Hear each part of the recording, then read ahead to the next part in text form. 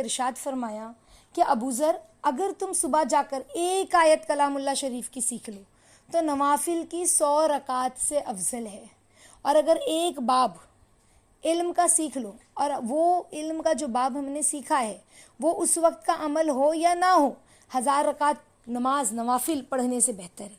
کتنی بڑی بات، یعنی آپ سوچیں دین، علم دین کا سیکھنا کتنی اہمیت کا حامل ہے کہ ہم نے وہ مسئلہ جو مسئلہ ابھی ہمیں درپیش نہیں ہے، دیکھو اگر ہمیں کوئی مسئلہ پیش آتا ہے تو ہم کسی علماء سے رجوع کرتے ہیں، کتابوں سے رجوع کرتے ہیں، بھی فلاں مسئلے کا کیا حل ہے نا، کسی مفتی سے پوچھتے ہیں، کسی عالمہ سے پوچھتے ہیں، عالم سے پوچھتے ہیں۔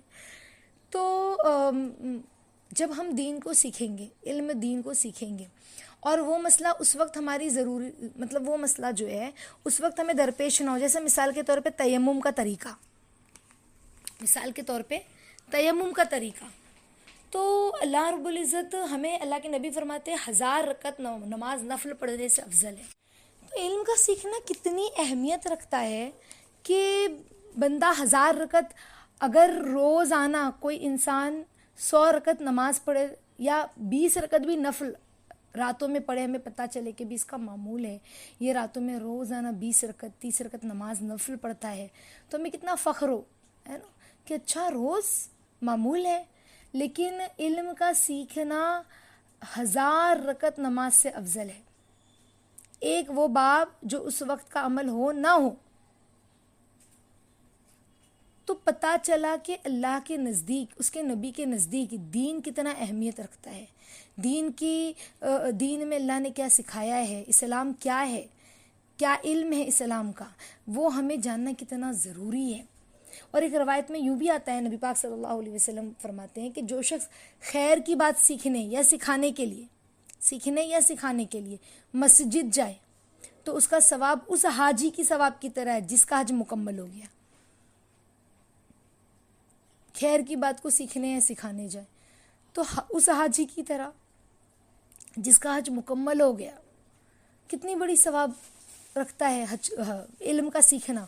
اور ایک روایت میں آتا ہے کہ اللہ تعالیٰ جو ہے، علم اللہ تعالیٰ کی ایک عظیم نعمت ہے، سمجھ رہے ہیں؟ کتابوں میں آتا ہے، ہمارے بزرگوں سے کی زندگی سے یہ چیز سمجھ میں آتی ہے کہ علم جو ہے وہ رب کائنات کی واقعی میں بہت بڑی نعمت ہے، جس پر دونوں جہاں کی کامیابی ہے ساتھیوں، دونوں جہاں کی سرخروئی کا دار و مدار اس علم پر ہے، سمجھ رہے ہیں آپ لوگ؟ یعنی اگر بندے نے علم کو حاصل کر لیا تو وہ کامیاب ہو گیا، اور علم کا حاصل کرنا ہر کسی کے بس کی بات نہیں، یہ بھی سمجھ لیں۔ یہ دولت کس کو ملتی ہے؟ قوت اور طاقت کے بلبوتے پہ نہیں ملتی یہ دولت علم کی، بلکہ یہ دولت اللہ رب العزت اسی کو دیتے ہیں جسے اللہ محبت کرتے ہیں، جس بندے کا اللہ انتخاب کرتے ہیں۔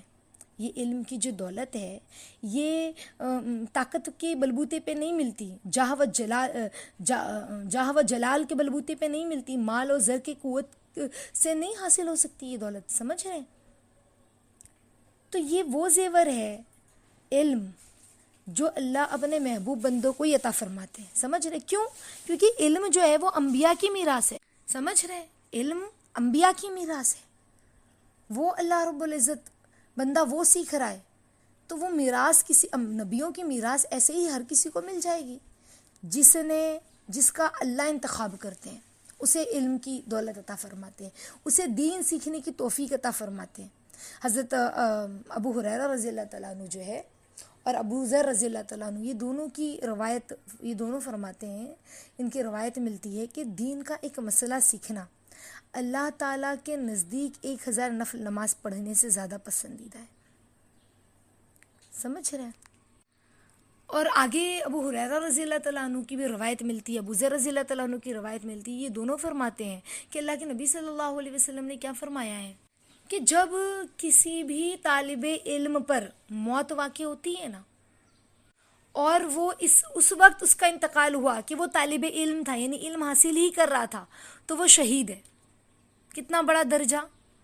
جو طالب علم بچہ ہے، علم حاصل کر رہا ہے، اس کا انتقال ہو گیا، شہید ہے۔ تو علم حاصل کرنے کی کوئی ایج نہیں ہے، علم کا حاصل کرنا اللہ کے نبی نے فرمایا مہد سے لے کر لحد تک ہے، گہوارے سے لے کر قبر تک۔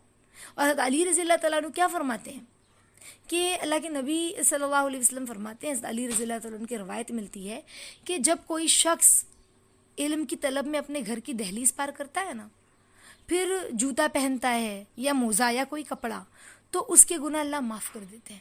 یعنی وہ نکلتا ہے اس کی جستجو میں تو اللہ اس کے گناہ معاف کر دیتے ہیں.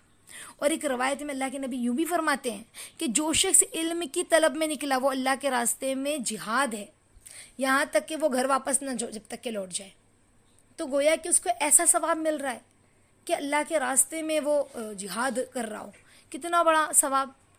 طبرانی کی روایت میں آتا ہے کہ انسان، ایک آدمی کے لیے علم کا کوئی بھی لیسن، کوئی بھی باب سیکھنا، اس کے لیے دنیا اور دنیا میں جو کچھ ہے اس سے بہتر ہے، دنیا اور ما فیہا سے. اور سبحان اللہ کتنی بڑی بات ہے. ہاں. اور ایک اللہ کے نبی صلی اللہ علیہ وسلم نے ہمیں دین کے علم کی کتنی اہمیت بتلائی ہے. دیکھو ساتھیو، دنیا کیا ہے؟ دنیا میں زمین ہے، آسمان ہے، چاند ہے، سورج ہے، ستارے ہیں، سیارے ہیں، ہے نا. آسمان، زمین، جو کچھ ہے، اگر سارے سمندر اور سمندر کے خزانے ہمارے قبضے میں آ جائے نا، سارے پہاڑ اور پہاڑوں کے اندر کی کانیں اور خزانے ہمارے قبضے میں آ جائے نا، اور جتنے صحرا ہے اور سارے جنگلات اور اس کے خزانے اور سارے باغات اور پھل اور سارے باغات کے درخت، اور اس کے مقابل میں ایک لیسن علم کا، ایک سبق، ایک باب علم کا سیکھنا. ہاں، سمجھ رہے؟ یعنی اتنی سارے خزانے، سمندر بھی، پہاڑ بھی، صحرا بھی، جنگل بھی، کانے بھی، باغات بھی، پھل بھی، درخت بھی، سب، اور ایک علم کا لیسن. اللہ کیا فرما رہے ہیں؟ زیادہ کون بہتر ہے؟ کیوں؟ کس لیے؟ کیا وجہ ہے؟ اس لیے کہ یہ سارا خزانہ جو دنیا کا ہے نا، جو ہمارے پاس ہے، یہ ایک نہ ایک دن جب سانسیں ختم ہوگی نا تو یہ خزانہ ہم سے دور ہو جائے گا. دنیا سے رخصت ہونا ہی ہے نا ہمیں تو. لیکن اگر ہم نے ایک علم کا جو باب سیکھا ہے اور پھر اس پر عمل کیا اور دوسروں تک پہنچایا، اس نے اس کو محفوظ کر لیا. ہم نے سیکھا، عمل کیا، دوسروں تک پہنچایا، گویا کہ ہم نے بات کو آگے پہنچائی، وہ محفوظ ہو گیا، تو اس کی قبر میں وہ علم مددگار بنتا ہے.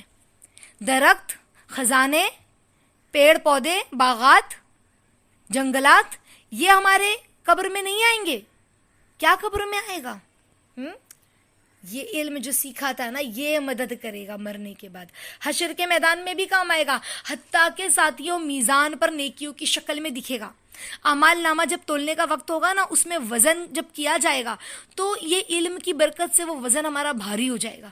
اعمال نامے کا پل صراط پر گزرنے میں سہولت کا سامان ہوگا یہ علم. جنت کے بلند درجات کا حصول کا سبب یہ بنے گا علم.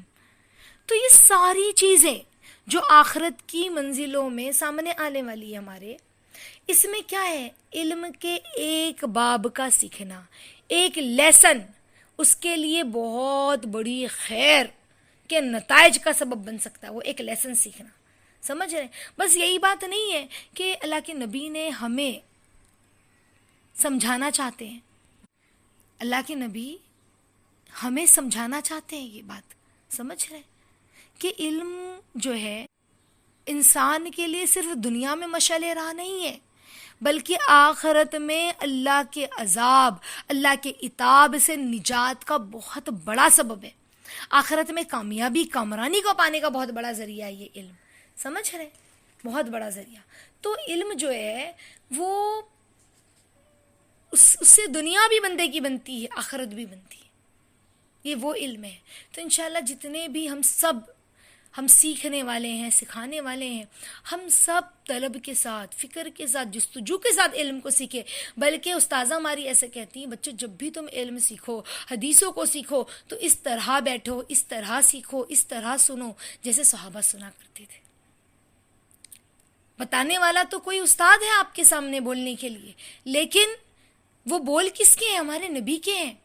تو بڑے دھیان اور توجہ کے ساتھ، محبت کے ساتھ یہ سوچے کہ ہمارے نبی جب بولتے ہوں گے تو کیسے بولتے ہوں گے، اور یہ پیارے جملے ہمارے نبی کی زبان مبارک سے نکلے ہوئے جملے ہیں. تو ہمیں کتنی خوشی سے، کتنی ادب سے، کتنی محبت سے سننا ہے. ایک طالب علم کیسا ہوتا ہے؟